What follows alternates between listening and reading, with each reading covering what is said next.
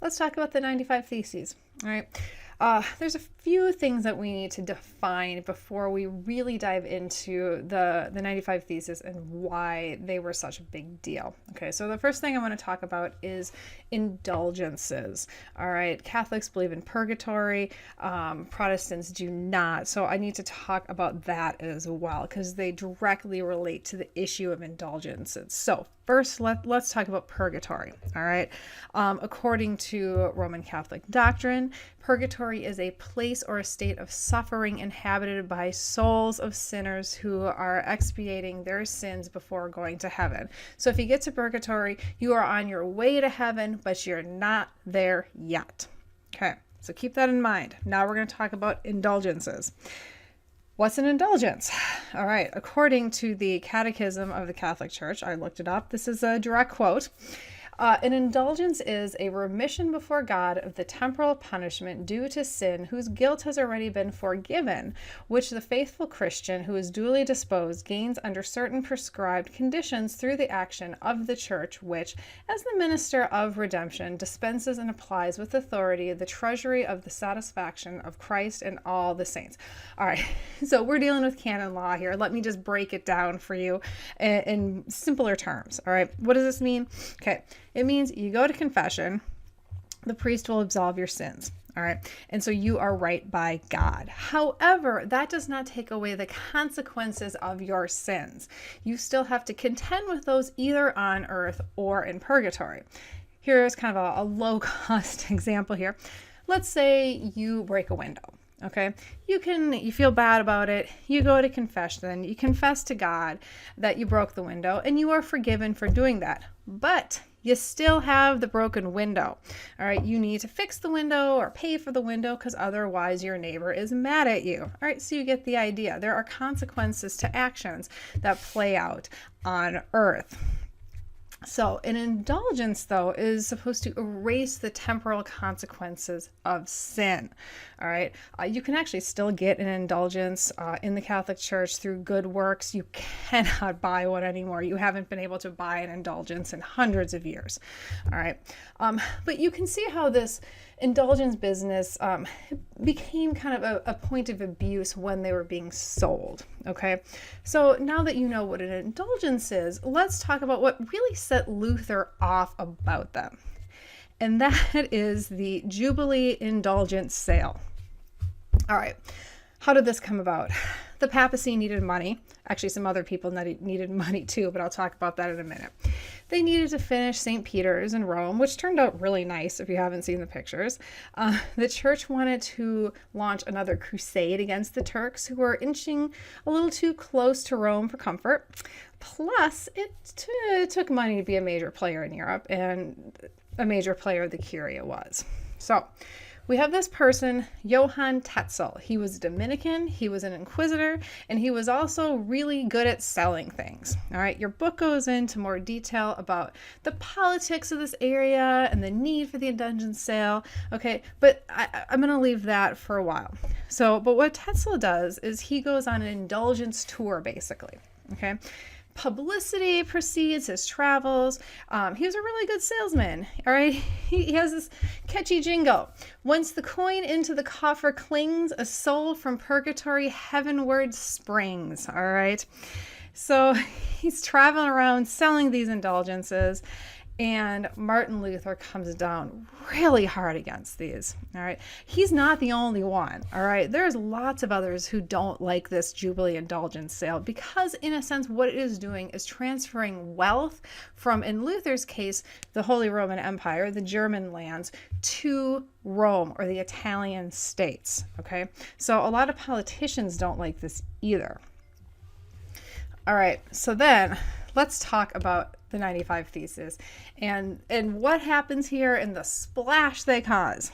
All right, so October 31st, Halloween, 1517, Luther nails his list of challenges to papal indulgences. All right, quote here, out of love and zeal for truth and desire to bring to light the following theses will be publicly discussed at Wittenberg under the chairmanship of the Reverend Martin Luther. All right. these were supposed to be kind of a scholarly theological debate amongst the faculty. All right. He never anticipated what would actually happen. All right. But number one, these theses actually really ruined Tetzel's indulgence sale. So he wasn't pleased. But what they did is they highlighted doubts that people were already having. Okay. Which is why they caused such a splash. And he did not know the can of worms he was opening. Okay. What you need to understand about the 95 Theses is that they caused a lot of problems for both religious and political powers, all right? The failure of the Jubilee sale had effects on the Archbishop, the large banking houses of Europe, specifically the Fuggers, and the Curia, okay? All right? So, Luther opens this can of worms with the 95 Theses, and he starts getting attacked, all right? And he starts getting pulled into a series of debates where he has to defend his theological positions, all right? The first attack comes from Tetzel, the guy who was selling the Indulgences, for obvious reasons. But he really wasn't a particularly good theologian, and he could not hold his own against Luther. All right. But Luther starts getting challenges from a lot of folks, and folks who are much better at debating than Tetzel was. At the Heidelberg Disputation, this is one of his first big points of debate. He presented his theses to the Augustinian order, which he was a part of. This is in 1518, so 1 year after. And he had supporters and he had critics there. Okay, the key notion that he's making here, he writes new theses for Heidelberg. Okay, and you can really see a distinction he's making between a theology of glory and a theology of the cross at this point, okay? I'm going to put these on Moodle too if you want to read them. And you can see a radical newness here, all right? His theology is already progressing from the 95 Theses, all right? And you are starting to see attacks on the concept of like free will and good works here, okay? And a more serious attack on the church than in the 95 Theses. All right, so let's talk about this other guy, Johann Eck. He becomes Luther's chief critic through all of this, all right? Eck was bright. He was a well-respected theologian. He was also a university professor, just as Luther was at Ingolstadt, though not at Wittenberg. They both professed really quick minds, sharp wits. They could both get really nasty. In fact, the two men are kind of alike, not theologically, but in other ways. All right. So he sort of becomes this chief debater. And Eck is really, really concerned about Luther's kind of quote unquote heresies at the time. Okay. So he has the Heidelberg Disputation, and then he has another debate at the Diet of Augsburg. The church wanted Luther questioned. They wanted to bring him to Rome.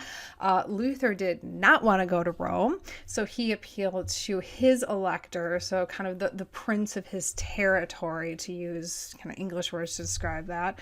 And Frederick was actually able to get the questioning moved to Germany instead of Rome, which was good because Luther may have never made it home had he gone to Rome, to be really, really honest. So he has a hearing in Augsburg in 1518, which doesn't go particularly well. You'll read more about it in your book, and he runs.